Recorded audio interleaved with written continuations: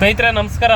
ಈ ಸತಿ ಬಿಗ್ ಬಾಸಿಗೆ ಗಿಲ್ಲಿ ನಟ ಮತ್ತು ಅಶ್ವಿನಿ ಗೌಡ, ವೈಟ್ ಕಾರ್ಡಲ್ಲಿ ಎಂಟ್ರಿ ಕೊಟ್ಟೋದ ರಘು ಅವರು ಮತ್ತು ನಮ್ಮ ಮಂಗಳೂರು ಹುಡುಗಿ ಇವ್ರು ಯಾರು ಕೂಡ ಹೋಗಿಲ್ಲ ಅಂದಿದ್ರೆ ಬಿಗ್ ಬಾಸನ್ನು ಯಾರು ಕೂಡ ನೋಡ್ತಾ ಇರಲಿಲ್ಲ, ಥ್ರಿಲ್ ಬರ್ತಾ ಇರಲಿಲ್ಲ, ಮಜಾ ಬರ್ತಾ ಇರಲಿಲ್ಲ. ಅವ್ರು ಆಡುವಂಥ ಟಾಸ್ಕ್ಗಳು, ಕಾಮಿಡಿ, ಎಂಟರ್ಟೈನ್ಮೆಂಟಿಂದ ಜನಕ್ಕೆ ಬಿಗ್ ಬಾಸ್ ನೋಡುವಂಥ ಮಜಾ ಬರ್ತಾ ಇದೆ.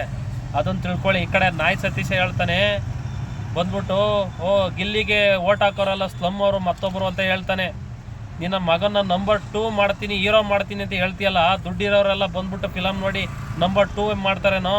ನಮ್ಮಂಥ ಮಿಡ್ಲ್ ಕ್ಲಾಸ್ ಜನ ಬಂದು ಫಿಲಮ್ ನೋಡಿದರೆ ನಿನ್ನ ಮಗ ನಂಬರ್ 2 ಆಗ್ತಾನೆ. ಅದನ್ನು ತಿಳ್ಕೊ. ನಿನ್ನ ಮಗನ ಫಿಲಮ್ ರಿಲೀಸ್ ಆಗಲಿ, ಕರ್ನಾಟಕ ಜನತೆ ಯಾವ ರೀತಿಯಾಗಿ ಉತ್ತರ ಕೊಡ್ತಾರೆ ನೋಡಾಗ. ಗಿಲ್ಲಿ ಬಗ್ಗೆ ಮಾತನಾಡ್ಬಿಟ್ರೆ ಏನೋ ಒಂದು ನಾನು ಬೆಳೆದ್ಬಿಡ್ತೀನಿ ಅಂತ ತಿಳ್ಕೊಂಡಿದ್ಯಲ್ಲ. ನೀನೇ ಬಾತ್ರೂಮ್ ತೊಳಿತಾ ಇದೀಯಾ ಮೀಡಿಯಾ ಮುಂದೆ. ನೀನು ಎಂಥ ಸ್ಲಮ್ಮು ಅಂತ ನಿನಗೆ ಅರ್ಥ ಆಗಬೇಕಪ್ಪ. ಸ್ನೇಹಿತರೆ ನೋಡಿ, ಈ ವಿಡಿಯೋ ಇಷ್ಟ ಆಗಿರೋ ಒಂದು ಲೈಕ್ ಮಾಡಿ, ಫಾಲೋ ಮಾಡಿ, ಆ ನಾಯಿ ಸತೀಶಿಗೆ ಶೇರ್ ಮಾಡಿ.